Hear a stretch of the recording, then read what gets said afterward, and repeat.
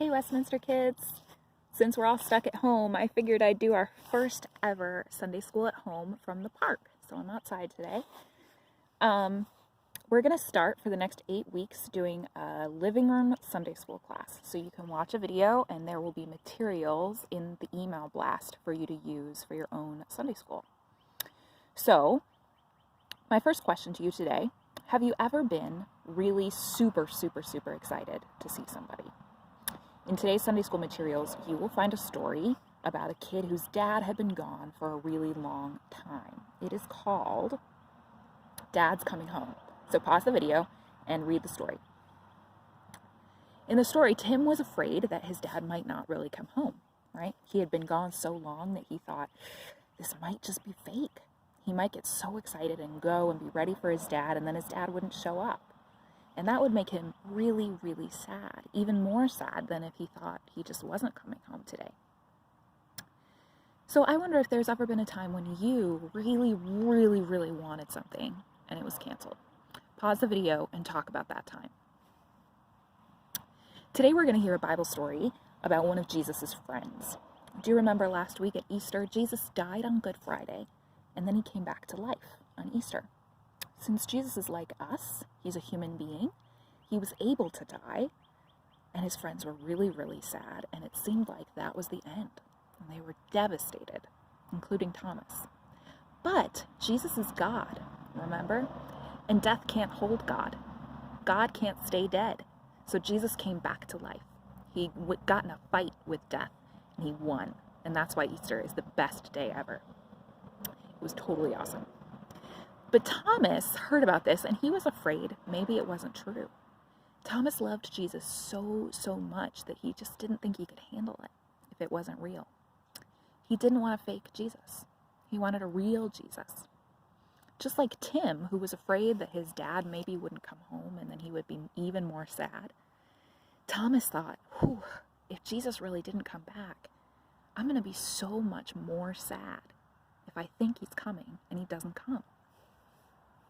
So Thomas said to the other disciples, I'm not going to believe it unless I can put my finger in his hand, in the hole in his hand where he was nailed to the cross.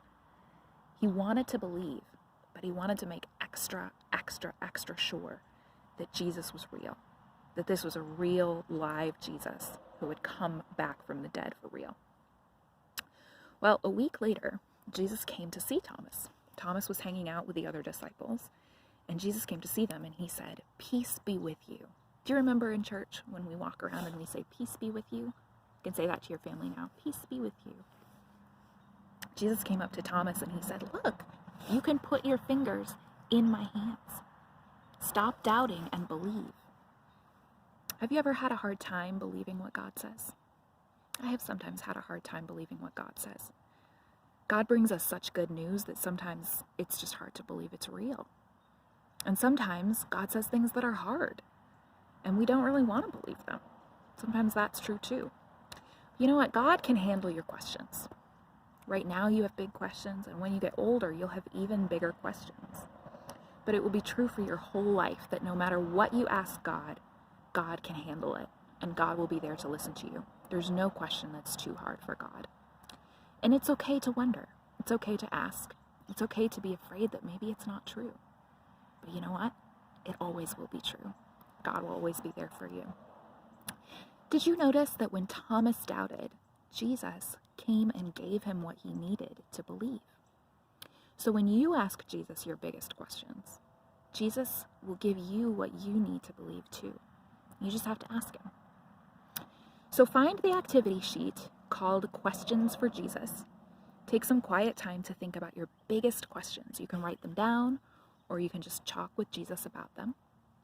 So pause the video for a while and take some time to do that. I hope you had a good talk with Jesus.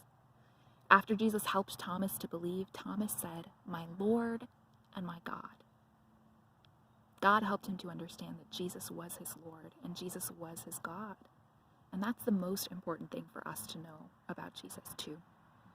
Jesus said that we are blessed. You and me are blessed. Because even though we haven't seen him, we believe that he is Lord and he is God. And we love him.